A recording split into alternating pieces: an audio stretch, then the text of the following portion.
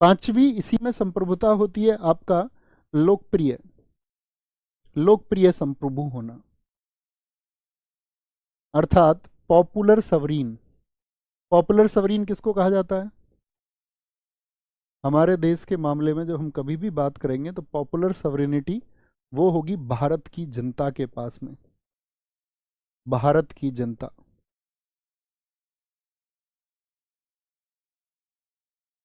जनता, बहुत अच्छा आंसर किया सारे दोस्तों ने, जनता जनता जनता, वेरी गुड।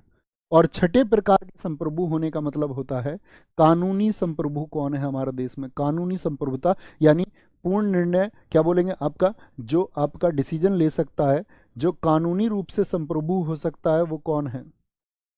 लीगली सवरेनिटी किसके पास होती है, या लीगल सवरीन कौन होता है? तो आप बोलेंगे लीगल सवरीन होता है आपका कौन? हमारे देश का संविधान। भाई सुप्रीम कोर्ट से भी ऊपर है ना? कोर्ट नहीं, कोर्ट से भी ऊपर कुछ है। कोर्ट से ऊपर कौन है? संविधान, कॉन्स्टिट्यूशन, कॉन्स्टिट्यूशन। संविधान सर्वोच्च है। इसीलिए क्या बोलेंगे, ऐसे नहीं आप विकल्प दे देगा आपको कौन सर्वोच्च है, सुप्रीम कोर्ट या संविधान, तो क्या बोलेंगे? संविधान सर्वोच्च है। संविधान के दायरों में रहकर ही सुप्रीम कोर्ट को भी डिसीजंस देने हैं। छोटी सी बात, कोई बड़ी बात तो नहीं। इंटरनल, क्या बोलेंगे, इंटरनल मामलों पे हम अपने पे कोई कंट्री संप्रभु है हमारा देश, जी हाँ। बाहरी मामलों पर संप्रभु उसको बोलते हैं आउटर सवरीन। नाम मात्र की संप्रभुता देश में किसके पास? राष्ट्रपति के पास। वास्तविक संप्रभुता किसके पास में? पीएम के पास में डिसीजन लेने की। लोकप्रिय कौन है? भारत की जनता। और कानूनी कौन है? आपका संविधान, उसी के दायरों में। कोई दिक्कत? अब जितना हमने पढ़ा वो आपने ध्यान से सुना था, लिख के बताओ यस। क्योंकि आज का हमारा टॉपिक ये छोटा सा ही टॉपिक था, और किसी किसी दिन जब टॉपिक बड़ा हो तो उसमें भी कॉपरेट करना है, क्योंकि फिर और मजा आएगा आंसर देने में। फिर आपसे 13-14 क्वेश्चन मुझे पूछने जो एग्जाम्स में पूछे गए हैं अलग अलग। ये संविधान, ये तो कल की बात हमने की थी, लिखित और अलिखित की, ठीक है। ये भी हमने बात कल की थी। संविधान सरकार के अंगों की सीमाएं तय करता है। अंग कौन कौन से होते हैं बोले जरा फटाफट से देखते हो। विधायिका, कार्यपालिका, न्यायपालिका। विधायिका का कार्य विधि निर्माण, कार्यपालिका का काम विधियों का एग्जीक्यूशन, लॉ को, जो लॉ बना है, जो लॉ बन चुका है उसका एग्जीक्यूशन कैसे होगा। न्यायपालिका कानूनों की व्याख्या करेगी कि जो बने कानून है वो सही भी हैं, जनता के हितों को पूरा करने वाले हैं या नहीं है। विधायिका और कार्यपालिका, मैंने आपको बताया कि जो लॉ मेकिंग है वो दो लेवल पर होती है, सेंट्रल और स्टेट। सेंट्रल लेवल पर आपका संसद के अंग, यहाँ पर विधानमंडल। केंद्र स्तर पर एग्जीक्यूटिव में उन कार्यों को क्रियान्वयन के लिए राष्ट्रपति, उपराष्ट्रपति, प्रधानमंत्री होंगे। राज्य स्तर पर राज्यपाल, मुख्यमंत्री और मंत्रिपरिषद होंगी। न्यायपालिका के 3 स्तर हमने पढ़े, ठीक है। आगे आएंगे। क्या भैया संविधान को बदला जा सकता है? नहीं, बदला क्या जा सकता है? आप इतनी, इस बात पे तो बड़ी बहस चलती है। संविधान में संशोधन आप नहीं सुनते हैं। संशोधन का मतलब ही क्या होता है? आप काले कपड़े पहनने के शौकीन थे, मैंने आपकी शर्ट बदल के व्हाइट कर दी तो ये संशोधन हुआ। संविधान में संशोधन नहीं हुआ है, आपके निजी जीवन में एक संशोधन हुआ। उसी तरह संविधान में कितने संशोधन आज तक हो चुके हैं? तो बदला तो पहले ही जा चुका है बहुत बार, विभिन्न सभी सरकारों ने बदला है उसको, ऐसा तो है नहीं। बताएं कुल कितने संशोधन आज तक संविधान में हो चुके हैं? तो उतनी बार वो बदलाव हुए हैं ना, तो इस पर इतनी बहस क्यों? जी जी, एकदम ठीक है, एकदम ठीक है, बहुत बढ़िया। संशोधन हो सकते हैं, ऐसा नहीं कि पूर्णतः उसको बदले। उसके लिए आपको संविधान पढ़ना पड़ेगा पहले। रिलैक्स करिए, सारी कक्षाएं हो जाने दीजिए, फिर आप खुद ही जवाब देंगे। राजव्यवस्था के 4 अंग होते हैं। जनसंख्या होनी चाहिए, भूभाग होना चाहिए, सरकार होनी चाहिए, संप्रभुता होनी चाहिए। संप्रभुता सबसे इंपॉर्टेंट टर्म है। संप्रभुता का मतलब क्या होता है? निर्णयों की पूर्ण स्वतंत्रता होगी, ठीक है। संप्रभुता का जो विचार है सबसे पहले किसने दिया? ऑस्टिन ने दिया, थॉट ऑफ सॉवरेनिटी। लेकिन कॉन्सेप्ट ऑफ पॉलिटिकल सॉवरेनिटी, यानी कि राजनीतिक रूप से संप्रभुता हो, इसके बारे में बात किसने की? वो रूसों ने की। रोहित ठाकुर जी कह रहे हैं विधायिका की क्या परिभाषा होती है? अभी बताया, जो किसी देश में संवैधानिक रूप से कानूनों का निर्माण करती है उसी को हम विधायिका कहते हैं। मैं लिखा चुका हूं दोस्त, आप शायद उस टाइम पे मेरे दोस्त आपने एक नींद नैप ले ली। संप्रभु 6 प्रकार से हो सकते हैं, इन सब की बात हमने कर ली, यहाँ पे आंसर करेंगे। भारतीय संविधान के अनुसार सरकार के कितने अंग हैं?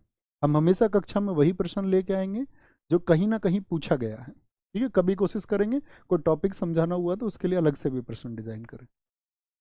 तो कितने प्रकार की है बताएंगे? 3 प्रकार। कौन कौन से? विधायिका, कार्यपालिका और न्यायपालिका।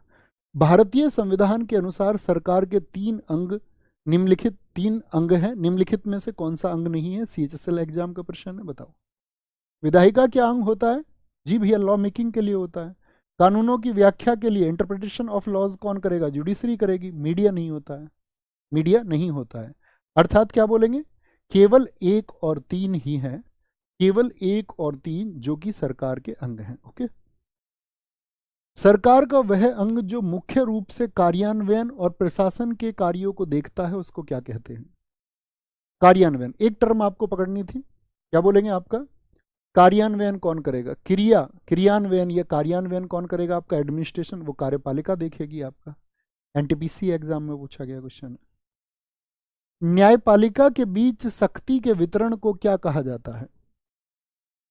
जो हमने कार्यपालिका, न्यायपालिका या विधायिका में जो शक्तियां दी उसको कैसा वितरण हम कहेंगे आपका? तो शक्ति का क्या वो आपका साथी लेटरल डिस्ट्रीब्यूशन था? क्या वर्टिकल था? आप बोलेंगे भैया हॉरिजॉन्टल था, शक्ति का क्षैतिज वितरण था। भारतीय संविधान राज्य के 3 अंग, 3 फंक्शंस होते हैं। कौन से 3 ऑर्गन्स हैं आपका? एक तो लेजिस्लेचर हो गया, एक एग्जीक्यूटिव हो गया और एक जुडिशरी हो गया। ये शक्तियों का बंटवारा सुनिश्चित करता है। क्या सुनिश्चित करता है बताएं? राज्य के किसी भी अंग के द्वारा सत्ता के दुरुपयोग को रोकना। प्रत्येक अंग एक दूसरे पर अंकुश रखता है। सहकारी संघवाद की भावना को मजबूती देना। बताएंगे जी। तो क्या बोलेंगे? तीनों अंगों के बीच सत्ता का एक संतुलन बना रहता है। ऐसा थोड़ी एक दूसरे पर अंकुश लगाने के लिए, कंट्रोल करने के लिए बनाए गए, नहीं भैया। ठीक है। तो क्या बोलेंगे? The balance of power remains between the 3 organs, कि तीनों के बीच क्या बना रहे आपका? क्या सुनिश्चित करेगा? कि भैया तीनों के बीच सत्ता का एक संतुलन बना रहे, एक बैलेंस बना रहे। निम्नलिखित में से सरकार की एकात्मक विशेषता क्या है? ये कल का क्वेश्चन है जो हमने कल पढ़ा था, जरा आंसर करें। कल का क्वेश्चन होगा। कल मैंने आपको बताया था सरकार एकात्मक हो सकती है, यूनिटरी हो सकती है। यूनिटरी होने का मतलब क्या है? कि जितना भी शक्ति या संसाधन होगा सिर्फ एक सरकार के पास में होगा। तो एकात्मक सरकार की विशेषता क्या होती है? All India services. मैंने कहा था यूपीएससी के मामले में भारत की सरकार क्या हो जाती है? एकात्मक सरकार हो जाती है। देखो, कई तो स्वतंत्र न्यायपालिका कह रहे हैं, हमारे देश में नहीं है स्वतंत्र न्यायपालिका। और हमारा देश कैसा? अर्धसंघात्मक है। इसका तो अर्थ नहीं बनता। शक्तियों का विभाजन कहाँ पे होता है आपका? भारत में होता है आपका शक्तियों का विभाजन। या मैंने बताया था कल आपको, जो संघात्मक राज्य होता है उसमें शक्तियों का हमेशा डिसेंट्रलाइजेशन होगा। बताया था ना, विकेंद्रीकरण कल मैंने समझाया था। तुम ऐसे तो नहीं हो भैया, हमें वो 2-4 फैक्ट बता दो, एग्जाम वाले ऐसी क्लास कर दो, टॉप 100 पॉलिटी के क्वेश्चन और सब कुछ कवर। ऐसा लिखवा दूं क्या? ऐसे ऐसे बनोगे? उससे बचना है। 50 क्वेश्चन में पॉलिटी खत्म। लिखित संविधान, रिटर्न कॉन्स्टिट्यूशन, ये तो भैया किसी का भी हो सकता है, मैंने आपको बताया। भैया क्वेश्चन नंबर 2 को एक बार देखिए, क्या हुआ क्वेश्चन नंबर 2 में? भारतीय संविधान के अनुसार, बताएं एक बार। अच्छा, ये पूछा है कौन सा अंग नहीं है। Sorry sorry sorry sorry sorry sorry sorry, माफ करेंगे भाई, मैंने लिख दिया कौन से अंग है, कि विधायिका और न्यायपालिका, केवल एक कर दो। कौन सा अंग नहीं है? केवल 2 हो जाएगा। केवल 2, केवल 2। बहुत सारा थैंक यू। मैंने इस पर ध्यान नहीं दिया। ठीक है, इस तरह की मेरी किसी भी गलती के लिए मुझे माफ करेंगे दोस्त। ठीक है भैया, इस तरह की गलती हो तो। संप्रभु राज्य शब्द के संदर्भ में निम्नलिखित पर विचार कीजिए। एक देश अन्य राष्ट्र के प्रभुत्व के साथ या उसके बिना एक संप्रभु हो सकता है। जैसे भारत और पाकिस्तान उदाहरण लेते हैं, कि हम पाकिस्तान के बिना भी संप्रभु हो सकते हैं और उसके साथ भी संप्रभु हो सकते हैं। क्या एकदम से ठीक है? यूएनओ में सदस्यता प्राप्त करते समय ऐसा कुछ नहीं है। दोनों सही है, गलत है। इनमें से कौन सा विचारक है जो राजनीतिक संप्रभुता की अवधारणा से जुड़ा हुआ है? मैंने कहा था ना, जेई में पूछा गया क्वेश्चन है, एसएससी जूनियर इंजीनियर के लिए। जेई में सबसे अच्छी, एसएससी के किसी भी लेवल में सबसे अच्छी जीएस जो पूछी जाती है वो जेई के लिए पूछी जाती है। ओके। क्या बोलेंगे आपका? पॉलिटिकल सॉवरेनिटी को किसने डिफाइन किया था? आपका रूसो ने। एक पूर्ण संप्रभु बिना किसी प्रतिबंध के तानाशाही करने वाले सम्राट को सर्वोत्तम रूप से क्या कहा जाता है? अगर हम टॉपिक के कभी भी बाद में 2-4 प्रश्न, मतलब कभी ज़्यादा कभी कम लेके आए तो कोई दिक्कत नहीं है ना, अच्छी चीज़ है, इससे प्रैक्टिस होती है। इससे शानदार कोई चीज़ नहीं हो सकती। बताइए भी, हमारा कॉन्फिडेंस बूस्ट होता है कि एग्जाम में प्रश्न पूछा कैसे जाएगा, एटलीस्ट वो तो पता चले।